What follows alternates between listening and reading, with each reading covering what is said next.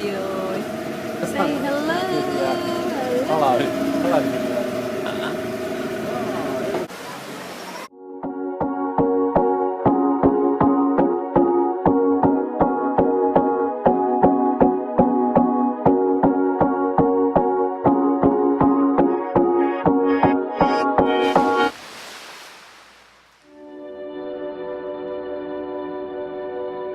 It was one of those Eid holidays when Steve and I decided to visit Sri Lanka. Eid holidays usually take a week long off from work, and it was during these times when a lot of us expats living and working in the Middle East take the opportunity to unwind, relax, chill, and just simply forget about the corporate world. And so, Sri Lanka was a place we chose to visit. It was close, and the idea of splashing in the Indian Ocean sounded very exciting. Anyhow, this video is actually all about the things that you can do in Sri Lanka based on our experience. This was our idea of breaking the beach relaxation to explore something more about the country. This list, of course, excludes the given fun of enjoying and digging your toes into the golden sands of the Indian Ocean. So here we go. First stop on the list is to visit the Pinawala Elephant Orphanage. This is a massive place, so there were quite a few things to do.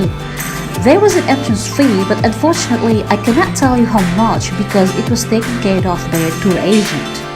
So once inside, you can milk the baby elephants, you can walk further up the sanctuary to see more alphas in the open.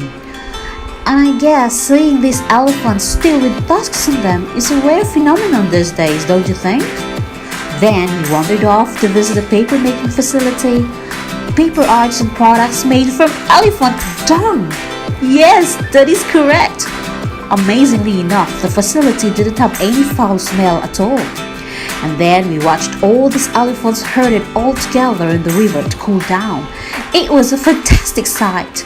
We were sitting by a restaurant overlooking the river, so we had a very good vantage point. I have never seen so many elephants like that in my entire life.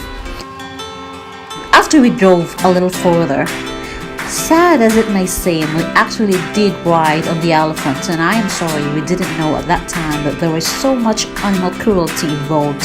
So maybe don't do this, but it was a tick on our bucket list. Maybe something not be proud of. Then we drove about 2 hours to visit the Temple of the Tooth. It is a Buddhist temple in Kandy that holds the relic of the tooth of Buddha, which actually made Kandy a World Heritage Site. Inside the temple, it will give you the history of relic ownership and how it was passed on from generation to generation. It was believed that whoever holds the relic holds the governments of the country. By the way, before you get inside the temple, you need to leave your shoes outside. There's a manned area to assist you on this, and of course, don't forget to cover your entire arms and legs, else you could not get in. We were the only foreign faces when we got there, so it was a bit awkward that people were looking at us as we were wandering around. But nevertheless, it was a good experience to have. On our long drive back to the hotel, we passed by this temple. We didn't have time to get in, so we just took pictures by the stairs.